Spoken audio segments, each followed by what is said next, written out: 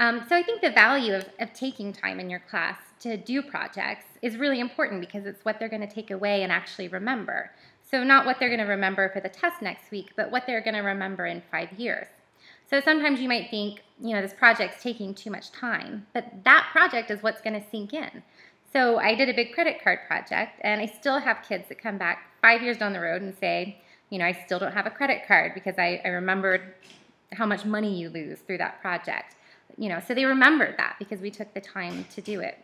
Or the girl who emailed me about our forensics project saying, my roommate's Coke ruined my books because she spilt her Coke, and my roommate said it was too far away, so it couldn't have been her Coke, but I used what we did with analyzing blood spatter to prove that her Coke did it. So it's that retention and absorption of what's going to become a permanent part of their brain.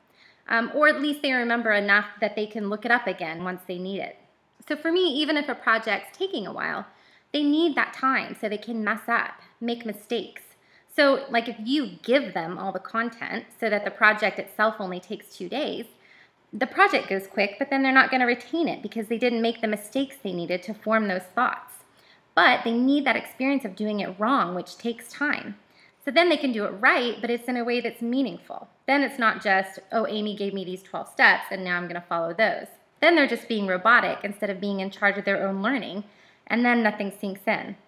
So when we did the Gothic windows project, they first had to use a compass and paper, and they constructed a tented arch with a circle inscribed, and that proved to me they got the concept. That maybe took like a day. Then they went into Sketchpad to make their designs.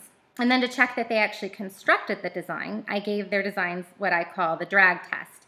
So if they properly constructed their design, then I can't mess it up. I can just move it or resize it. But if they just drew it, then I can totally mess it up. So usually the first time I do wreck their designs, and then they're like, oh, now I get how to do it. So with the casino project, most of the time was spent on the math, and now they have a couple of days to work on your game board. But our exhibition's not huge, so I don't want them spending a lot of class time making their games look nice. Whereas with the Gothic windows, those went up for a year. There was a lot of math and making it look beautiful. That was the math, all the mathematical decisions they were making and constructions. So the constructions did take a long time. But then when it got to coloring it in Photoshop, that was only a day or so. So in general, the time spent on your final product should be proportional to, what the display or exhibition is going to be. And the projects themselves do take time, but if they're structured well, then most of the time is spent on the math.